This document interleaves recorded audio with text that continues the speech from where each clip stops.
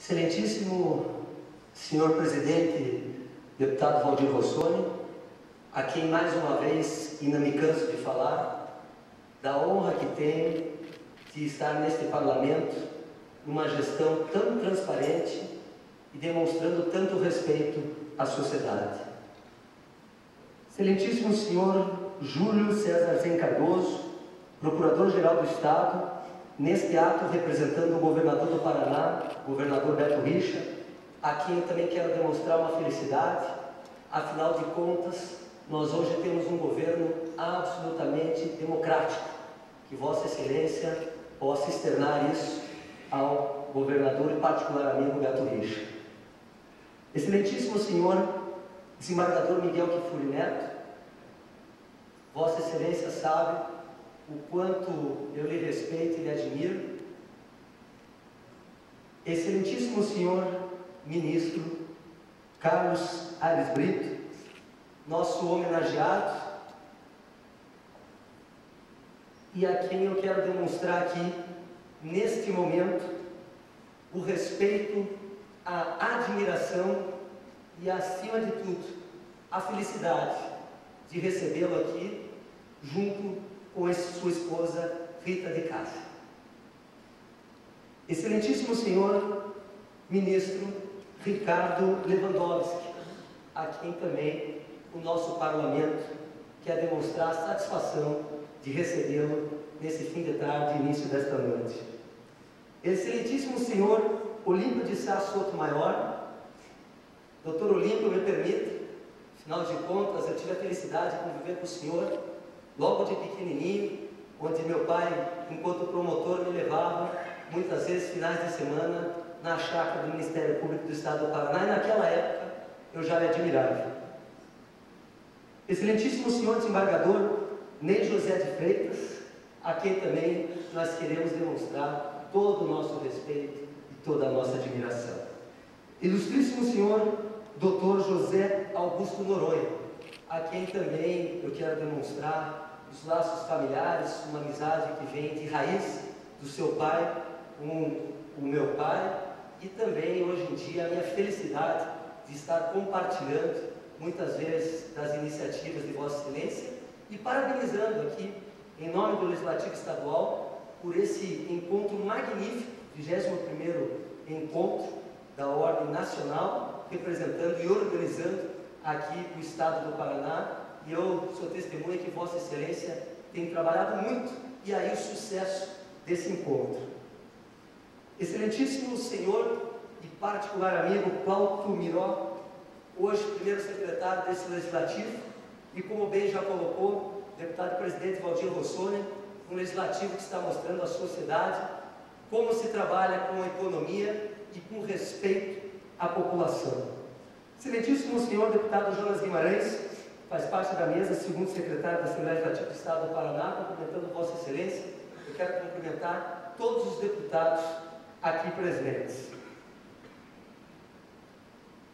Senhoras e senhores, o que nos faz levantar pela manhã, nos dá força para vir aqui nesta Casa de Leis defender ideias, projetos, atitudes, cobranças, brigar, aplaudir. É uma ação.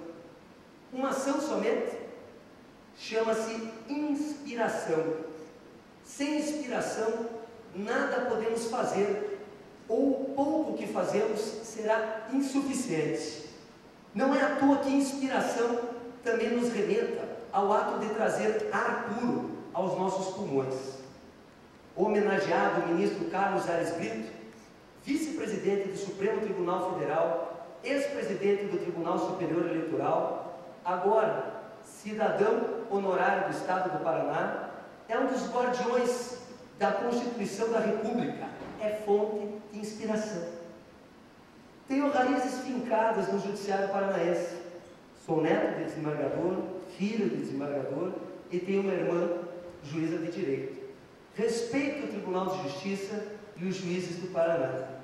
O Judiciário Paranaense é representado por homens e mulheres que sabem que o direito é um instrumento da paz e que a justiça é tão necessária à vida dos homens como o alimento que lhes sacia a fome. sempre tenho presente a advertência de Josserand de que os juristas devem viver a sua época, se não quiserem que esta viva sem eles. Em nome do Poder Legislativo do Paraná, queremos homenagear Vossa Excelência, Senhor Ministro Aires Brito, que serve como denodo a arte de julgar dentro da discriminação que lhe impõe a exata linha do cumprimento sereno, enérgico e justo do dever. O que chama a minha particular atenção, acompanhando seus trabalhos e seus passos, é de fato a aproximação que o ministro sempre buscou entre o Supremo e o cidadão, aplicando a Constituição não friamente, mas sim sempre de forma pioneira e corajosa, e voltada para o lado social e para as novas realidades vividas. Reforma do Judiciário é um grande exemplo. Realizada em 2008 pelo Congresso Nacional, acelerou a politização da justiça e contribuiu para aproximar a magistratura da população. A Vossa Excelência, Senhor Ministro Aires Brito, destacou-se ao defender uma militância constitucional, considerando que a Carta Magna dá prioridade à cidadania e que a magistratura deve prezar por ela, dizendo sabiamente, abre aspas, a Constituição é que é avançada politicamente no plano da democracia, da República e dos princípios da gestão pública, fecha aspas. Vossa Excelência, que nunca perdeu a alma de advogado, corajosamente formou com os demais ministros do STF que reconhecem que é impossível juízes se manterem impassíveis diante de questões não resolvidas por outros poderes, não se opondo ao ativismo judiciário em certas questões, inclusive se posicionando no debate sobre fidelidade partidária, aborto de anencéfalos, uso de células-tronco, relações homoafetivas, incompatibilidade constitucional da lei de imprensa, defendendo a liberdade de imprensa no Brasil, dentre outras questões, respondendo brilhantemente sempre interesses daquilo que há e que é de interesse da população na Carta Magna. O certo é que, com a forma do Judiciário, a Magistratura Nacional mudou, e mudou para melhor, revelando, de um lado, juízes politicamente ativos, em prol de uma justiça que se posicione diante de temas com apelo popular, e de outro, juízes defensores de um judiciário técnico, refratário à perda de direitos adquiridos e que veem, em algumas declarações da Corregedoria do CNJ, como ameaça à reputação da justiça, o que inclusive motivou impetração de ação direta de inconstitucionalidade contra a resolução do CNJ, que tenta padronizar processos disciplinares contra juízes. Incluo nessa saudação um pedido a Vossa Excelência, que continue olhando para o juiz e defendendo as prerrogativas da magistratura como ferramenta para desenvolver suas atividades. É também notável sua trajetória como professor de Direito Constitucional, doutrinador e poeta, bem como sua trajetória em defesa de direitos sociais e democráticos, e até mesmo sua participação no cenário político nacional antes de ingressar na magistratura. Mas não apenas por esses e inúmeros outros feitos e méritos que o ora ministro Carlos Aires Brito é recebido aqui na Casa de Leis Paranaenses para receber nossos aplausos. O ministro também já fez e muito pelo Estado do Paraná. Cito as eleições do ano de 2008, quando a posição célere do ministro viabilizou a lisura das eleições municipais ao providenciar que o TRE paranaense pudesse contar com equipe própria nos municípios e não dependesse de funcionários das prefeituras para a realização daquele pleito. E é em pessoas como o ministro Carlos Aires Brito que busco inspiração quando vejo situações que demandam, que urgem uma atuação forte, por mais perigosas ou impopulares que possam ser. Como tomo a liberdade de citar aqui a CPI das falências, que teve a audácia de alterar visceralmente situações danosas e desmoralizantes encravadas dentro de órgãos jurisdicionais paranaenses. Mas ninguém faz mudanças sozinhos. Aquele que quer mudar sozinho em causas perigosas é execrado e não incentivado. Só conseguimos mudar esse país, fazer valer nossos valores democráticos, nossos valores republicanos, da Constituição Cidadã de 88, com a ajuda de pessoas virtuosas e convictas de sua missão. Nesses, para nossas lutas, atos que nos socorremos de inspiração.